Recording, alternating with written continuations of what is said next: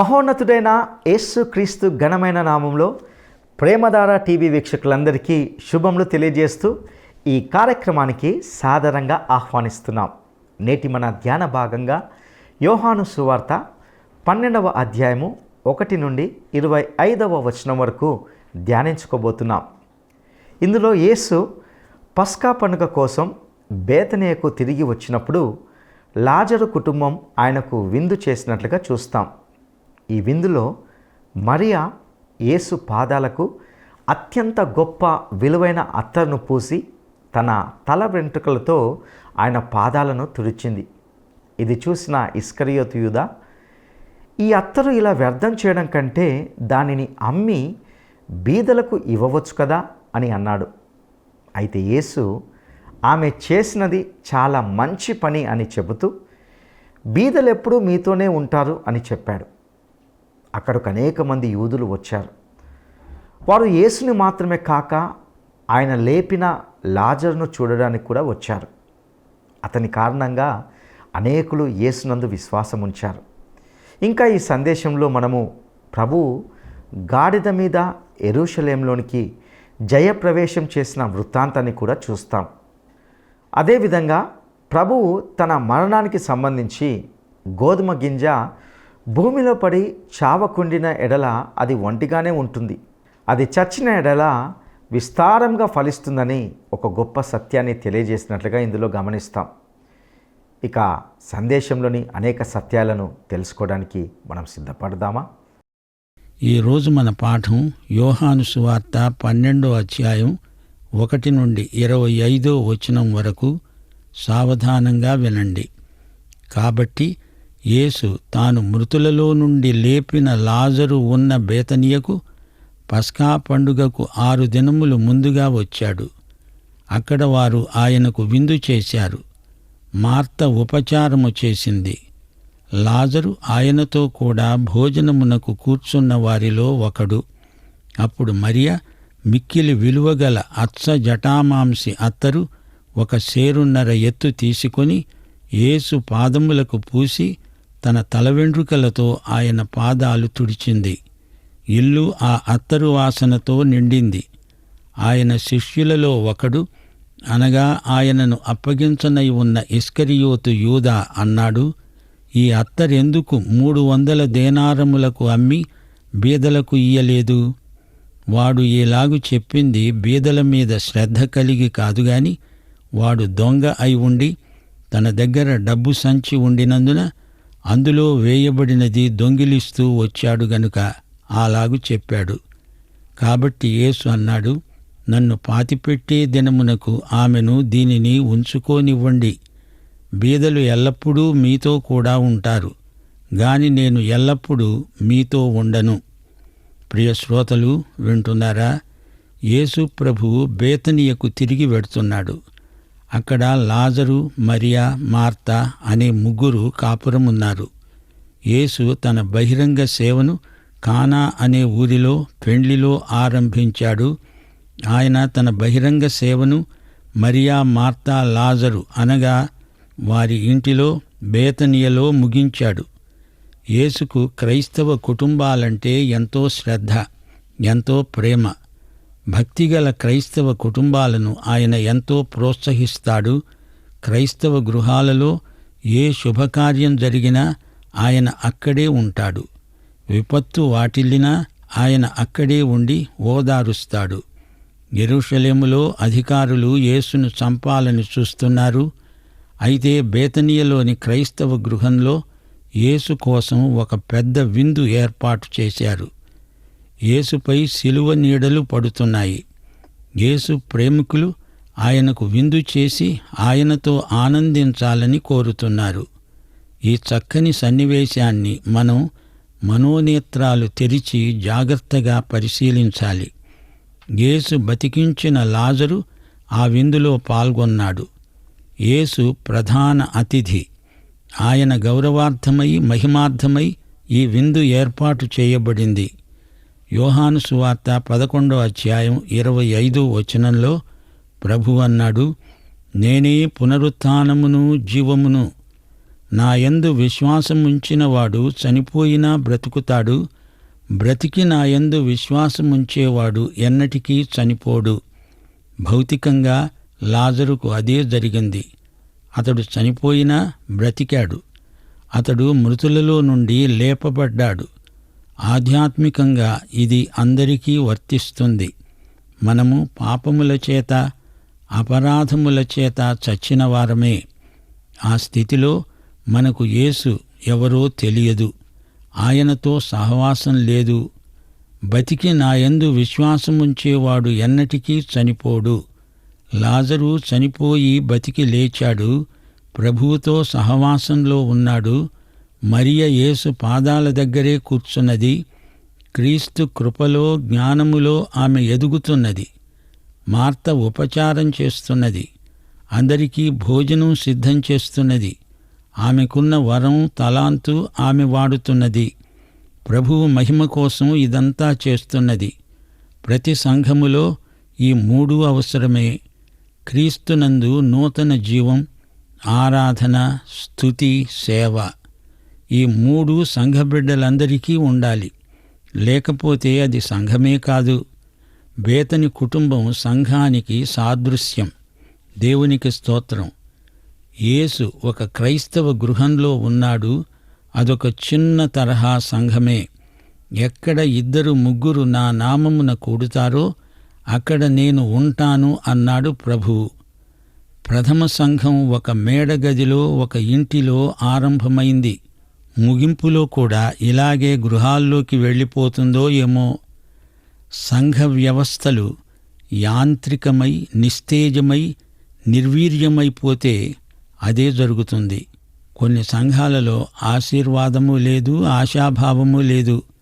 గృహ సంఘాలలో ఆప్యాయత, ప్రేమ ఉంటాయి. ఆరాధన, అది ఎలాంటి అనుభూతి! మరియ ఆరాధన అనుభవం ఎలాంటిది! ఎంతో విలువైన అచ్చ జటామాంసి అత్తరు సేరున్నర తెచ్చింది. యేసు పాదాలను అభిషేకించింది. తన తలవెండ్రుకలతో ఆయన పాదాలు తుడిచింది.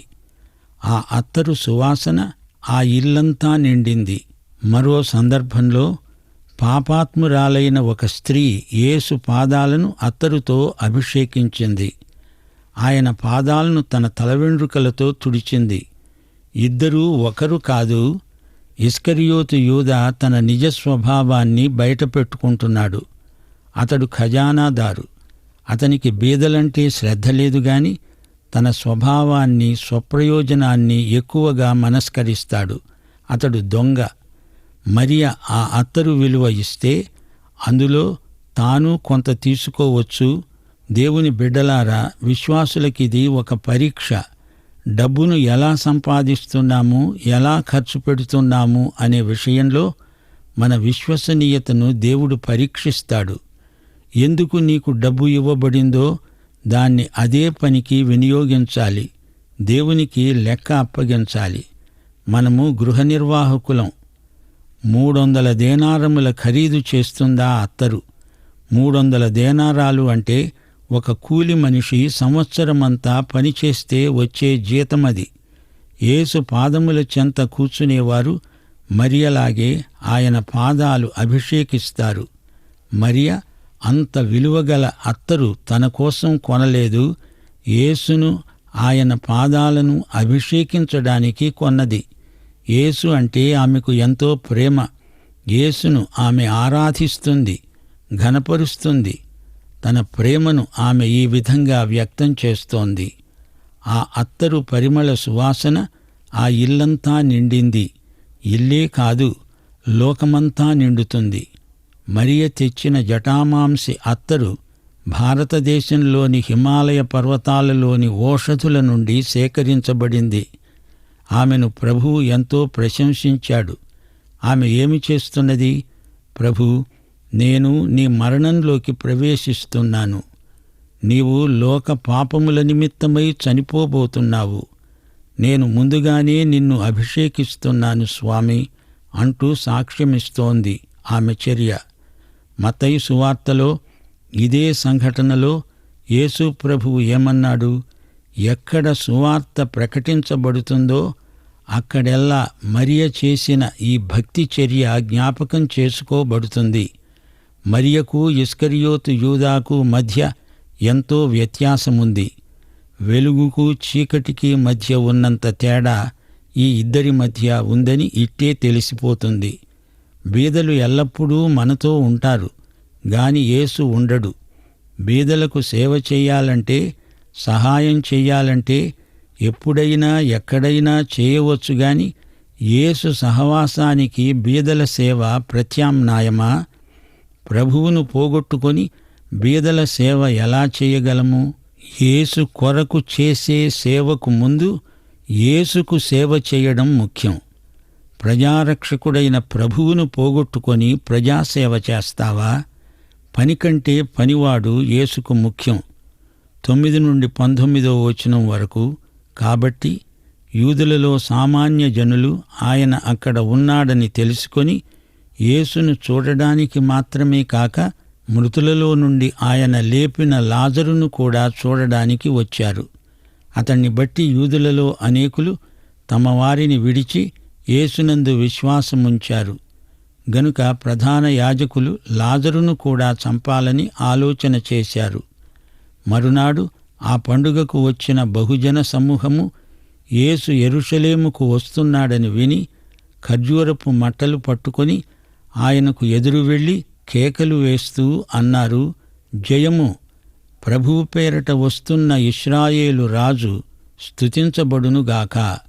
సీయోను కుమారీ, భయపడకు, ఇడుగో నీ రాజు గాడిద పిల్ల మీద ఆసీనుడై వస్తున్నాడు అని రాయబడి ఉన్న ప్రకారం యేసు ఒక చిన్న గాడిదను కనుగొని దానిమీద కూర్చున్నాడు.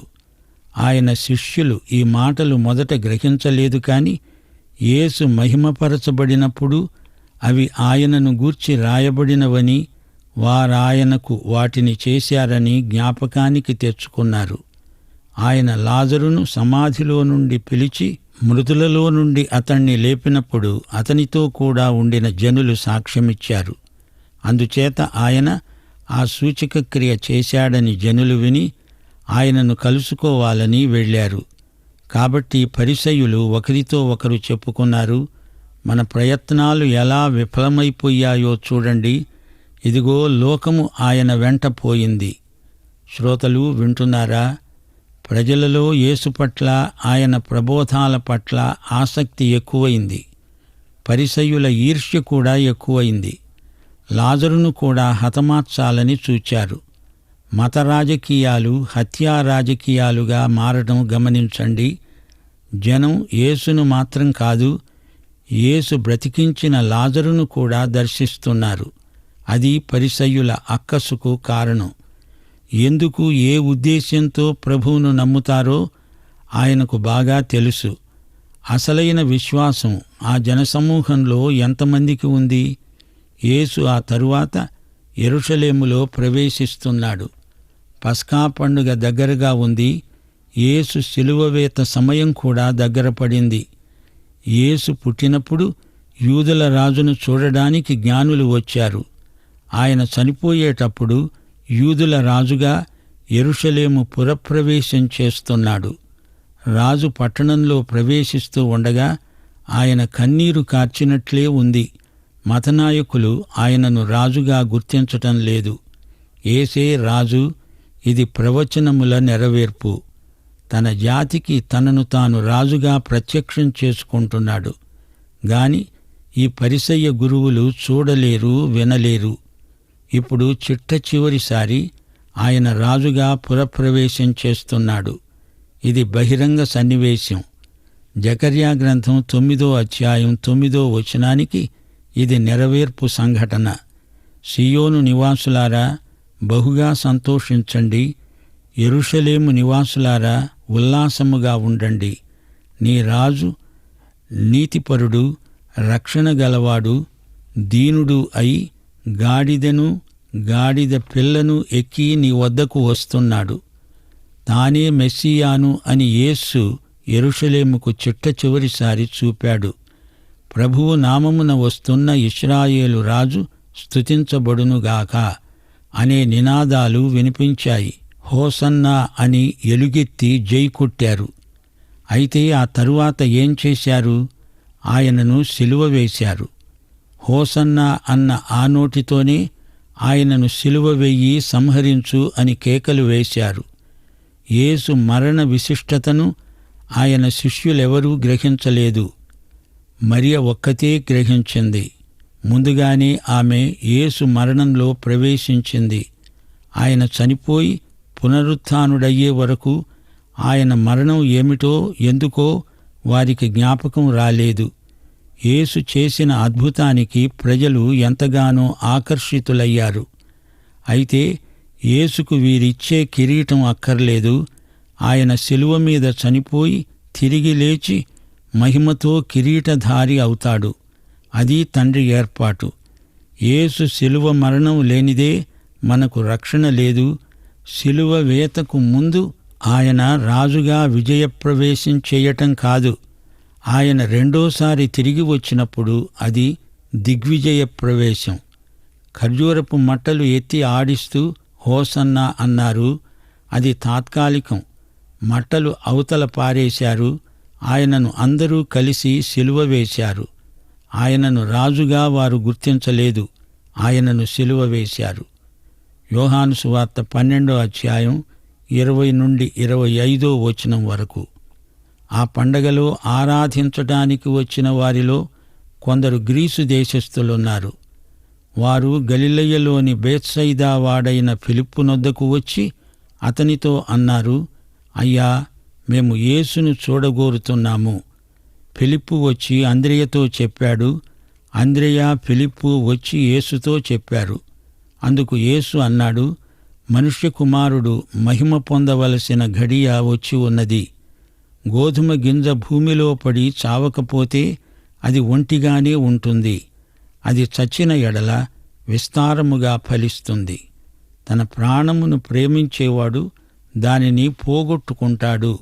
ఈ లోకములో తన ప్రాణమును ద్వేషించేవాడు నిత్య జీవము కొరకు దానిని కాపాడుకుంటాడని మీతో నిశ్చయముగా చెప్తున్నాను. ప్రియ శ్రోతలు, వింటున్నారా? యేసు దేవాలయములోకి వెళ్ళాడు. స్త్రీల ఆవరణముంది, అన్యుల ఆవరణముంది. ఈ రెండిటినీ దాటి గ్రీకు దేశస్థులు యేసు దగ్గరికి రావడానికి వీల్లేదు. ఫిలిప్పు గ్రీకు పేరు. అతడు గ్రీకు భాష మాట్లాడగలడు. గ్రీసు దేశస్థులు అందుకే ఫిలిప్పు దగ్గరికి వచ్చారు. ఫిలిప్పు చాలా నెమ్మదైనవాడు. అతడు అంద్రెయకు చెప్పాడు. వీరిద్దరూ కలిసి వారిని యేసు దగ్గరికి తెచ్చారు. నిశ్చయంగా మీతో చెప్తున్నాను అని ప్రభువు అన్నాడంటే అది చాలా ప్రాముఖ్యమైన విషయం అని అర్థం. యేసు తన శిష్యులను, వచ్చిన గ్రీసు దేశస్థులను ఉద్దేశించి మాట్లాడుతున్నాడు. యేసు వీరందరితో మాట్లాడడానికి బయటికి వచ్చాడు. ఈ గ్రీసు దేశస్థులు యేసు ప్రభువును గూర్చి చాలా సంగతులు విన్నారు. యేసు అద్భుతాలు చేస్తున్నాడని, చచ్చిన లాజరును బ్రతికించాడని వారికి వినవచ్చింది. యేసు గ్రీసు దేశస్థుల దృష్టిని తన శిలువ వైపునకు మరల్చాడు. యేసు ఇప్పుడు శిలువ నీడలో ఉన్నాడు. నా ఘడియ, నా సమయం వచ్చింది అంటున్నాడు ప్రభువు. యేసే గోధుమ గింజ. అది భూమిలో పడి 3వ దినమున పునరుత్థాన శరీరంతో లేచింది. ఆయన ద్వారానే మనకు నిత్య జీవం. ప్రభువు అన్నాడు, నన్ను వెంబడించండి. ఆయన శిలువ మార్గాన వెడుతున్నాడు. ఒకడు నన్ను సేవించిన ఎడల నన్ను వెంబడించాలి. అప్పుడు నేను ఎక్కడ ఉంటానో అక్కడ నా స్నేహితుడు ఉంటాడు. ఒకడు నన్ను సేవించిన ఎడల నా తండ్రి అతణ్ణి ఘనపరుస్తాడు.